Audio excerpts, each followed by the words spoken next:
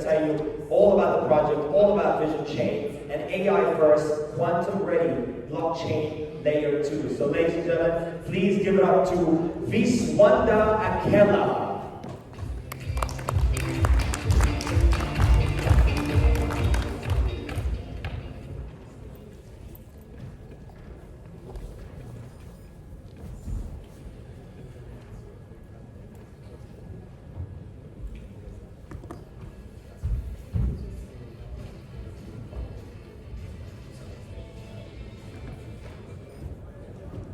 Hi everyone, a very good afternoon. So I'm Viswanadh and I'm the founder CEO for Chain. So the earlier panel, what we see has actually laid out the problem very well. So a decade after the Bitcoin advent, and still we are struggling with scalability, interoperability, security, and usability of the blockchains.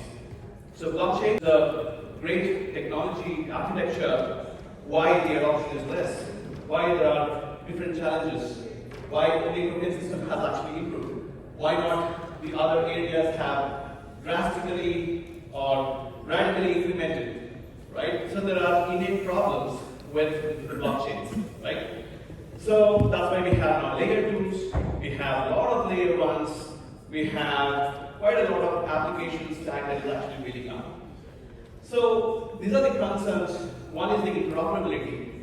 One chain, if it actually, if the transaction that originates, that means you need to do multiple transactions. There's a lot of gas fees. There's a lot of interoperable issues between different chains. So that's where we are introducing something called Vision Chain, which could be the de facto layer 2 platform, which can address the three major pillars like the security, the scalability, and the interoperability. How are we going to do this? Is that make this cross-chain ready. So that means it could actually interact with multiple chains.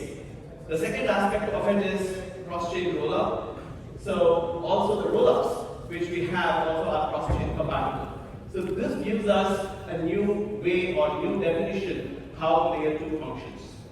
So how are we going to do this? Do we have a secret sauce? Yes. What we are actually trying to do is to bring in the AI.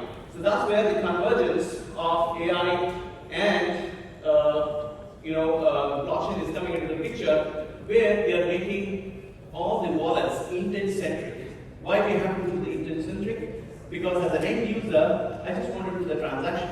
I really don't care how much in terms of, should I change it to another currency, stable coin, and then do the changes. So we are actually using the interoperability, something called cross-chain intent fusion framework. So this is one of the major areas where we are actually working for interoperability perspective. So it is actually implemented with zero-knowledge system and verifiable proofs that will actually help us on the interoperability. Now, when we actually talk about scalability, when there is a lot of transactions that are happening, you see many of the blockchains get choked. We know the priority is not done properly. So to address those issues is what we are actually using shuffle sharding and verifiable random functions. So these are some of these new techniques which we are actually leveraging, and also we are introducing one more new super fast consensus algorithm called proof of visibility. So this proof of visibility is actually developed by the timeout puzzles, ZKS, zero knowledge stars. So we are actually leveraging this state-of-art technologies to converge along with quantum readiness. So the quantum readiness is through making the hashing technique also completely different. So when the quantum computer comes, we all know that blockchain, transaction or cryptography of that blockchain can be unlocked easily because the compute power is super high. So what if we actually change the cryptography itself? So what if we actually introduce some of the hashing techniques which are like homomorphic hashing, which Chainlink yesterday the speaker is actually speaking about, or we actually do some of the new techniques like the lattice cryptography to enable the quantum security. So that's what we're actually going to do, and to evolve such a good platform, and to bring in the vision chain into action. So this is how the user will start interacting. So the user has an intent-centric wallet. He just has an intent to do the transaction.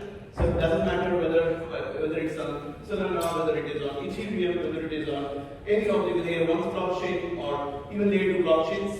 And the zero knowledge sets, which are actually meant for high scalable, high throughput, information, is actually sent to cuckoo hashing mempool. So when you actually see when the transactions get stacked up in the mempool, that's where the constraint is, right?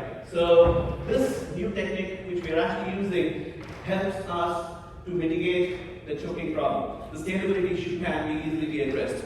And that's where we actually give a secret leader election with a fair sequencing model, so which elects the leader in such a way that it's randomized, so that the security constraint on the layer 2 is also overcome through this particular technology.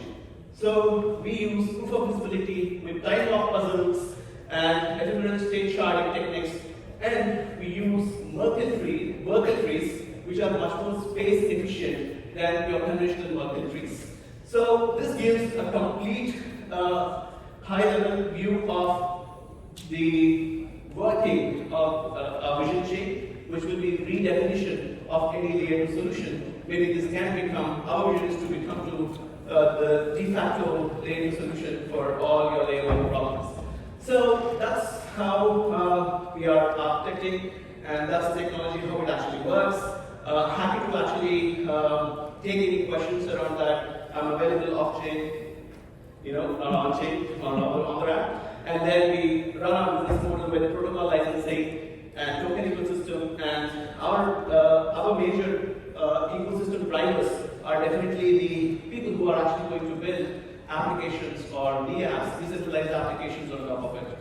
So some of the areas where some of the use cases which we are already seeing a significant throughput is in DeFi, because there's a lot of trade transactions, be it in the supply chain financing, be it in the trade financing, or be it in the invoice management on the supply chains. So DeFi is actually growing up well. And then we also see a surge of deepened applications which require high scalability as well as high security. So some of our applications, the architecture which I was talking about is definitely one of the standards which they can leverage on, and the transactions will be much more efficient.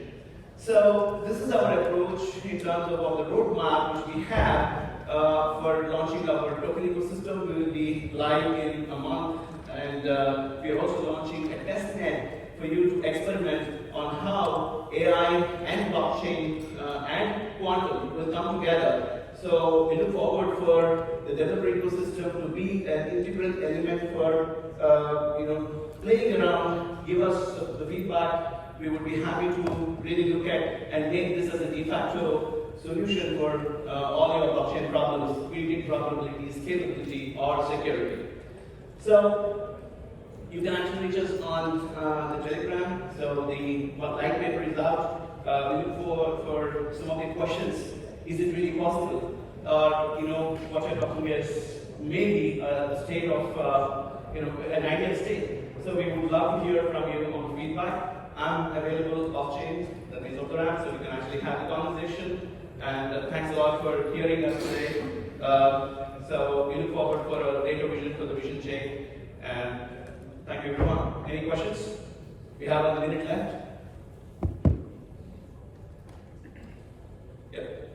I think one thing got my attention was the use case with Deepin. I want to understand the roadmap on the. I think I want to understand the roadmap, especially for the Deepin use case, and I want to understand how vision chain is trying to enhance or solve a problem in that area. Because Deepin is kind of a new infrastructure area is showing up. Like to know your thoughts on that. Absolutely. So I mean, in one sense, the public infrastructure is available everywhere. When you actually talk about IoT, when you talk about telecom scenarios, a lot of data that's actually coming in. But that scalability of the data is definitely not for blockchains. This is the common theory. Blockchains have constraint, why? Because it's slow in its nature. So when blockchains have to provide that level of security and that level of scalability, the current blockchains are really not up to the mark. Being the best of the best. I don't actually comment on the great architects who are actually doing it, but yes, this is a use case which everybody would require, but it is not scalable. So Vision Chain has solved some sort of puzzle in which you could actually scale to a highest throughput network. So we are using different techniques to have the lowest footprint and the maximum scalability without compromising the security. So that's where we differentiate, and Vision Chain can become one of those players who actually build, or the developers or the ecosystem can actually build even applications much more easier.